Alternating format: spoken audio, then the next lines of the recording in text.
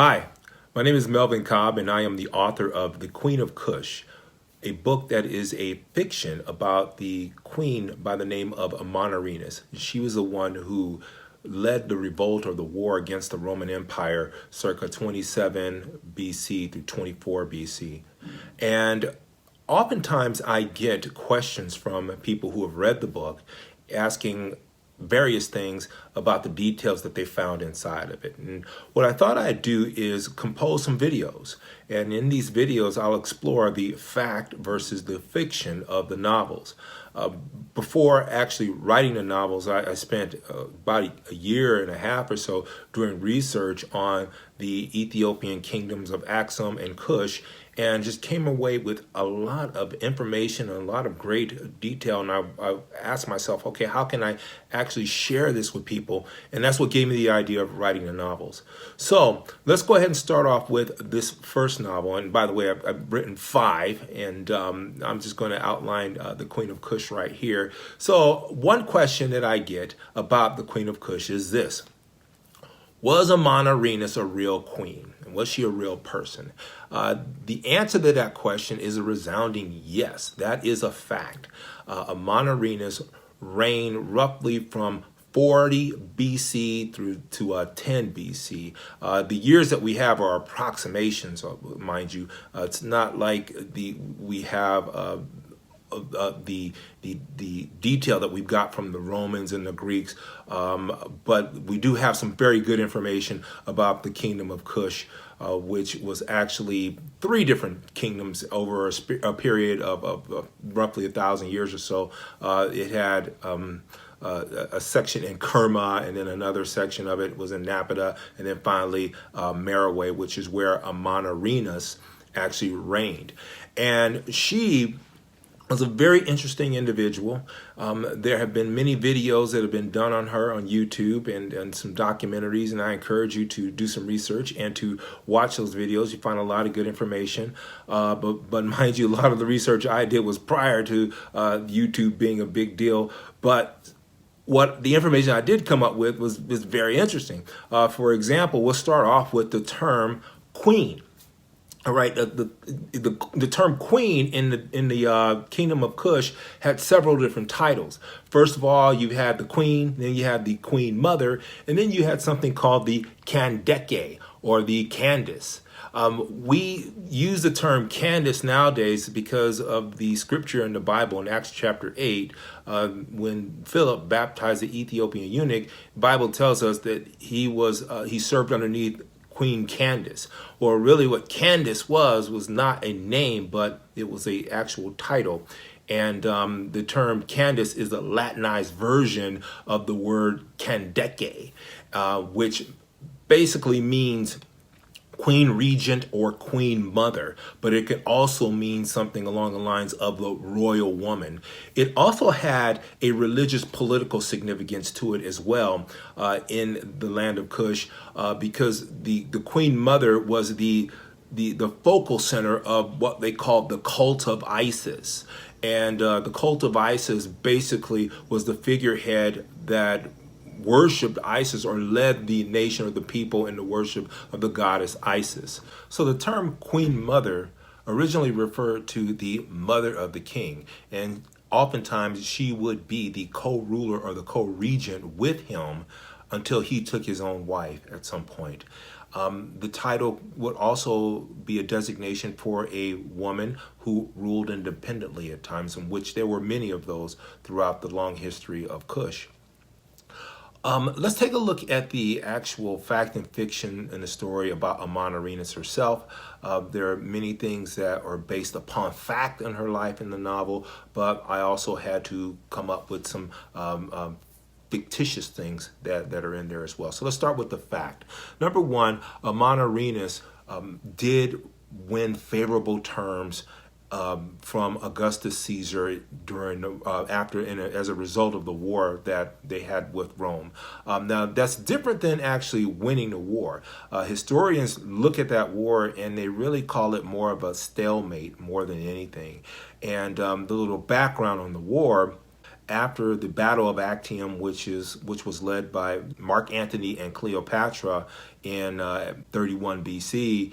The forces of Egypt, they lost that section and they lost that war. And the Romans, led by Octavian, that was his name before he changed it to Augustus Caesar, he pushed down into the Egyptian territory, and essentially Rome just annexed Egypt. And they started to make incursions into Kush, which was the primary kingdom, which you write about in the novel. So the Kushites didn't take too kindly to this, and they really didn't understand who the Romans were until the Romans began to tax them. They began to tell them that they needed to pay the Romans basically tribute. And the Kushites looked at the Romans and they said, well, we're a sovereign kingdom. We're not going to pay you anything. And the Romans just kind of laughed them off for the most part. At that point, Egypt was governed by a man by the name of alias Gallus. Gallus, he didn't take the conflicts that was starting to brew with the Kushites very seriously. Matter of fact, he took it a bit lightly. And as a result, the Kushites were able to get a foothold in the what turned into a hot battle. And Amanirenas, along with Terenticus, her husband, they pushed up past Aswan, which had traditionally been the border between Egypt and Kush. They pushed past that into Ambos, which was another city along the Nile, and they began to win all these victories and starting to really kind of eject or push the Romans out of Egypt, which they felt was theirs. So it became an embarrassment to the Romans. And Augustus finally got fed up with it, and he sent in somebody else. He hired a man by the name of Gaius Petronius. Now, Gaius Petronius was a wily veteran, and he actually served underneath Julius Caesar decades before. What eventually began to happen when Petronius took over was he reorganized the legions that were based or gathered in Egypt. There were two main legions, and he coalesced them, brought them together, and started to push the Kushites out of Egypt and back down into Kush.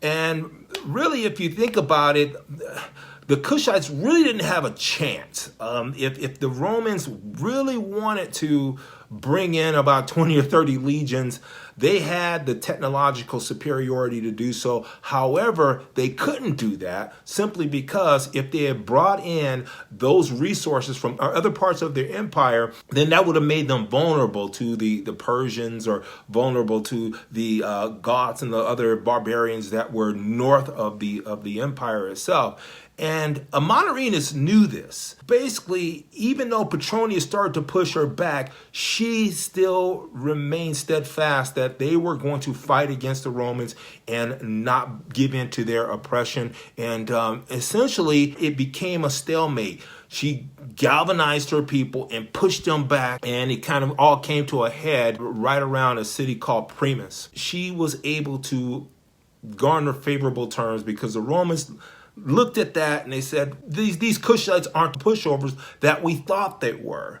And so it behooved them to actually be open to a peace treaty and to make peace with them. Now, that really did not happen in antiquity, because when the Romans showed up, they were pretty much just going to beat everybody and kill everybody and enslave everyone. And they tried to do that to the Kushites, but it did not work. So ultimately, after the peace treaty was signed in the city of Samos, the Kushites returned all the statues, they returned all the booty that they had stolen from the Romans when they won it from the Romans. And in essence, you had this period of peace. So that is actually the facts that happened in terms of the war. Now, the fiction, in terms of Amanirenas, there are a few things that I did put in the novel that were fictionalized. And what I tried to do in the novel was to bring out or draw out her humanity. And I tried to do that in 3 different ways. Historically, she had 2 sons, Carabkel and also a Kenadad. But in the novel, I gave her 4 kids. Another son and another daughter, and this was really to really draw out the fact that she wasn't just this warrior queen. As a matter of fact, She likely wasn't a warrior queen to begin with. She was likely just a mother who wanted to have the best things for her family. Just her maternal instincts were there. The other thing that I tried to bring out in the novel was her passion for the war was simply ignited by the death of her husband. Now, Taranticus, her husband, the king, he was killed first early on in the war, and that kind of ignited her sense of just revenge. I'm going to go after these foreigners who killed my husband, and it becomes this story of this unrequited love because she is now brokenhearted. Other thing I tried to bring out in the novel was the rivalry that she had with the kingdom itself for her husband's affections. This really meant that there were times where she was being pushed aside in favor of the kingdom by the king, and there was something that she saw it as like a rivalry, that the kingdom is like a mistress that was just vying for the attention of her husband, and she in part hated it, but throughout the novel she begins to realize that the kingdom see her as the queen mother, and it was up to her to galvanize the kingdom and bring it together in order to stand up and eject the Romans from their borders. And also another thing that was fictitious in the book that I tried to bring out was the fact that she had a relationship with Cleopatra. Now, we don't know for certain that she did. They were contemporaries. And there were times where Cleopatra and Mark Antony toured Kush through via the Nile, and they would go down there, and it stands to reason that since they were royalty generally is greeted by royalty of another nation. So it stands to reason that they probably didn't know one another. I'm not sure, but I just kind of wrote that in there. I thought it would be interesting. Other queens that are mentioned inside of the Queen of Kush, they really weren't queens at the time, but I thought I'd just throw them in there just for the heck of it. Amanatore. Now, you may see other videos that are on YouTube, other documentaries that kind of mix Amanatore and Amanirenas and say that they were the same person. They were not the same person. They were actually two different people, and they ruled at two different times. Amanatore, the fact is that we know very little about her. We do know that her gravesite, her pyramid, was just laden with gold and wealth and riches. So basically, we know that she was extremely wealthy.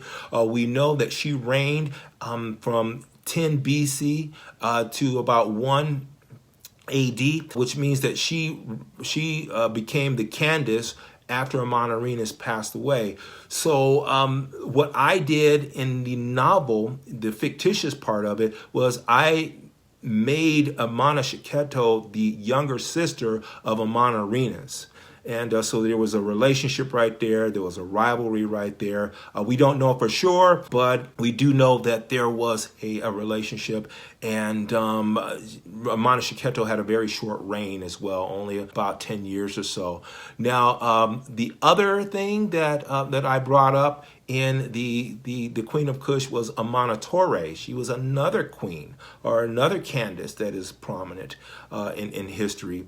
And Amanatore reigned roughly from 1 BC or 1 AD, to really, the dates disputed a little bit, but either to 25 AD or to around 40 AD. I mean, she was basically very long lived. And the fact is that she was a very accomplished queen. She was married to a man named Natakamane, and together they embarked on a building program, and they really oversaw the most prosperous time of the Meroitic period. You see there just huge advances in agriculture and ironworking, and just the evidence of the irrigation system they put in is still visible today. So they were very, very impressive. Now, she's oftentimes many people believe that she was the Candace that was mentioned in the Bible in Acts chapter 8. It's disputed that she was. Some people believe that title actually should go to Amanatore, and who reigned after Amanatore. Now, the fiction of Amanatore was, in the novel, I depicted her as the daughter of Amanirenas, and she basically becomes the queen mother upon the death of Amanatore in 1 AD. So I had to kind of find a way to rectify that and draw out a relationship between all three women, because they all three lived during the same period of time.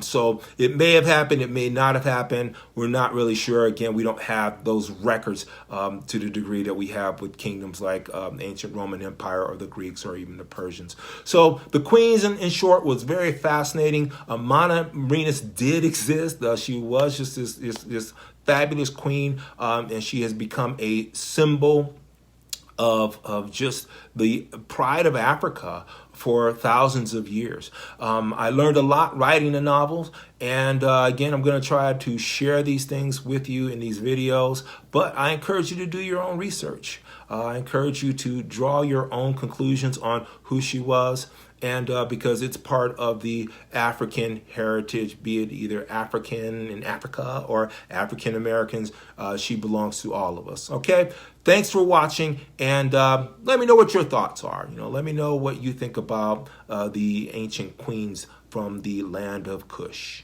Thank you.